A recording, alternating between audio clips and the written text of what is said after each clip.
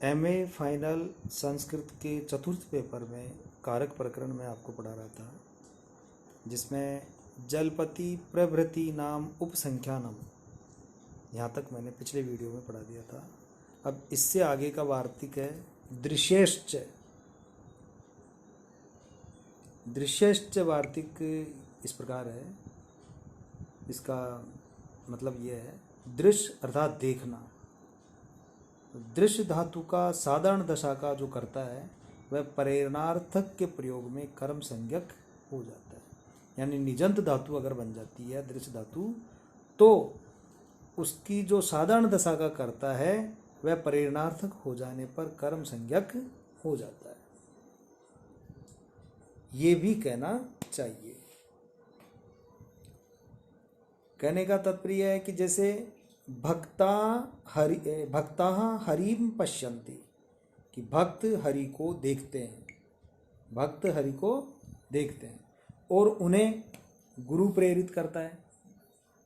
तो दर्शयति हरिम भक्तान, या इस नियम से दृश्यश्च जो वार्तिक है उस वार्तिक से भक्त जो शब्द है उसकी कर्म संज्ञा हो गई।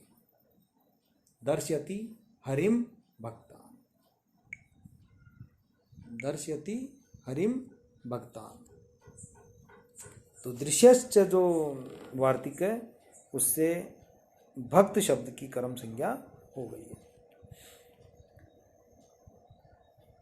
गति बुद्धि आदि जो सूत्र हमने पीछे पढ़ा है उस सूत्र से मैं बुद्धि शब्द से ज्ञान, सामान्यवाची बुद्ध, ज्ञा आदि धातुओं का ही ग्रहण होता है। ज्ञान विशेष की वाचक स्मृति, जिग्रति आदि का नहीं। ये दृश्यश्च जो वार्तिक है इस वार्तिक से पता चलता है यदि ज्ञान विशेष की वाचक धातु भी बुद्धि शब्द से ली जाती तो इस वार्तिक की आवश्यकता नहीं होती, क्योंकि नेत्रों से होने वाला ज्ञान ही दर्शन है। इस ज्ञापक का फल ये होता है कि स्मारयति, घ्रापयति व देवदत्तेन, या देवदत्त की कर्म संज्ञा नहीं होती है। अगला वार्तिक है शब्दायते न। शब्दायतेर न अर्थात शब्दाय धातु के कर्ता की प्रेरणार्थक के प्रयोग में कर्म संज्ञा नहीं होती है। शब्दायते न अर्थात शब्दाय धातु के कर्ता की प्रेरणार्थक, अगर उसको निजंत कर दिया जाए शब्दाय धातु को, तो वो प्रेरणार्थक अगर हो जाती है तो ऐसे प्रयोग में उसकी कर्म संज्ञा नहीं होती है। शब्दाय ये एक नाम धातु है।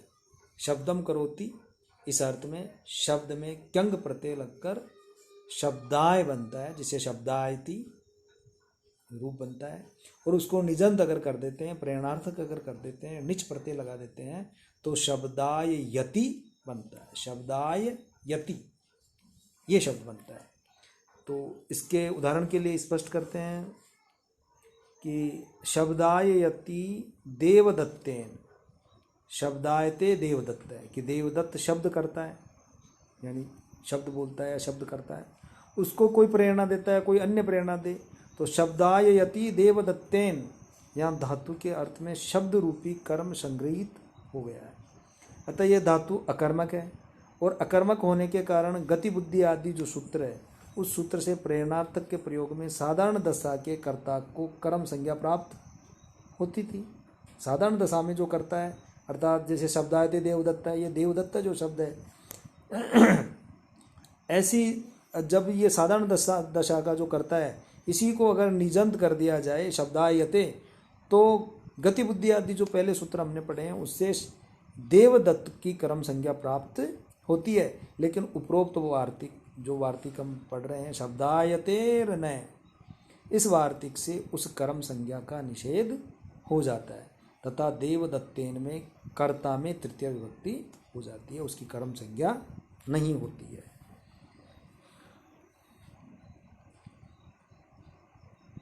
उसकी कर्म संज्ञा नहीं होती है। येषामिति, इस सूत्र में अकर्मक धातु वे मानी गई हैं जिनका देश काल आदि से भिन्न कर्म संभव नहीं है। जो धातुएं कर्म की अविविक्षा होने के कारण अकर्मक हो जाती हैं वे यहाँ अकर्मक नहीं मानी गई हैं। इसका फल ये होता है कि म- मासम मासयति देवदत्तम, मासयति देवदत्तम, यानी मासते देवदत्त है, उसको दूसरा कोई प्रेरणा देता है, मासयति देवदत्तम। यहाँ आस धातु का यद्यपि मास अर्थात काल कर्म है, तथापि वह अकर्मक मानी गई है, क्योंकि आस धातु का देश काल आदि से भिन्न कर्म नहीं हो सकता। इसलिए इसका साधारण दशा का जो करता है देवदत्त है, प्रेरणार्थक प्रयोग में कर्म संज्ञक हो जाता है और उसमें द्वितीय विभक्ति हो ही जाती है। देवदत्तेन पाचयति, देवदत्त पचति, यानी देवदत्त पकाता है, या कर्म अविवीक्षित है, तथापि पच धातु अकर्मक नहीं मानी जाती। अतएव देवदत्तेन पाचयति में देवदत्त की कर्म संज्ञा नहीं होती और कर्ता में तृतीय विभक्ति हो जाती है। अगला सूत्र है री क्रो अन्यतर श्याम। री क्रो अन्यतर श्याम, री अर्थात ले जाना, हरती जैसे शब्द बनता है, री से हरती ले जाना, क्री अर्थात करना। इन दो धातुओं का साधारण दशा का जो करता है वह निजंत अर्थात प्रेरणार्थक के प्रयोग में विकल्प से कर्म संज्ञक होता है, यानी उसको कर्म संज्ञक कर भी सकते हैं अथवा कर्ता अर्थ में तृतीय विभक्ति का भी प्रयोग कर सकते हैं। टिप्पणी इस प्रकार इसमें कि री तथा क्री धातु का गति आदि अर्थ वाली धातुओं में अंतर्भाव नहीं होता, अतः यह अप्राप्त विभाषा है। री धातु जहाँ भोजन अर्थ में होती है तथा क्री धातु अकर्मक, वहाँ ये प्राप्त विभाषा है। इस प्रकार ये प्राप्त अप्राप्त उभयत्र विभाषा है। उदाहरण इस प्रकार है, कार्यति भृत्यम भृतेन वा कटम, भृत्य से चटाई बनवाता है, कार्यति, इसलिए निजंत धातु है, कार्यति यानी करवाता है या बनवाता है, भृत्यम भृतेन वा कटम अर्थात भृत्य अर्थात नौकर से चटाई बनवाता है।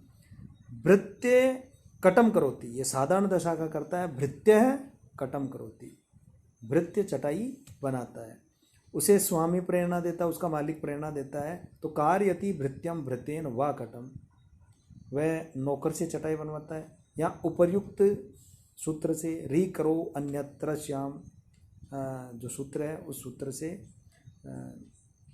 भृत्य की विकल्प से कर्म संज्ञा होती है और पक्ष में तृतीय विभक्ति कर्ता अर्थ में तृतीय विभक्ति की हो जाती है, यानी विकल्प में से तो कर्म संज्ञा होती है और उसमें द्वितीय हो जाती है। जब कर्म संज्ञा नहीं होती तो कर्ता में तृतीय विभक्ति ही हो जाती है। इसी प्रकार हार्यति भृत्यम भृतेन वा कटम की नौकर से चटाई ढुलवाता है, इधर से उधर रखवाता है, हार्यति। तो जैसे कार्यति भृत्यम भृतेन वा कटम, उसी प्रकार हार्यति भृत्यम भृतेन वा कटम कि भृत्य कटम हरति, भृत्य चटाई को ले जाता है या ढोता है और उसको उसका मालिक प्रेरित करता है, तो हार्यति भृत्यम भृतेन वा कटम। तो इसमें दोनों रूप हो सकते हैं, अन्यतर श्याम यानी वैकल्पिक व्यवस्था है, हार्यति भृत्यम कटम या हार्यति भृत्येन कटम, दोनों वाक्य बन सकते हैं, इसलिए वा लगा के कहा इसमें, हार्यति भृत्यम भृतेन वा कटम। दोनों स्थितियों में इस प्रकार से प्रयोग किया जा सकता है, यानी कि विकल्प में साधारण दशा के जो करता है उसको निजंत हो जाने पर, प्रेरणार्थक धातु हो जाने पर उसको विकल्प से द्वितीय विभक्ति होती है, अन्यथा पक्ष में कर्ता अर्थ में उसमें तृतीया ही रह जाती है। अगला सूत्र है अभिवादी दृश्योरात्मने पदे वेति वाच्यम, अर्थात अभिपूर्वक वद धातु में अभि उपसर्ग लगा हुआ हो तथा दृश्य धातु का साधारण दशा का जो करता है, अभिपूर्वक वद धातु का और दृश्य धातु का जो साधारण दशा का करता है वो निजंत हो जाने पर आत्मनेपद के प्रयोग में विकल्प से कर्म संज्ञा हो जाती है। आत्मनेपदी की अगर धातु बनी है, धातु का प्रयोग किया जा रहा है, तो उस साधारण दशा के कर्ता को विकल्प से कर्म संज्ञा हो जाती है। उदाहरण के लिए अभिवादयते देवम भक्तम भक्तेन वा, भक्त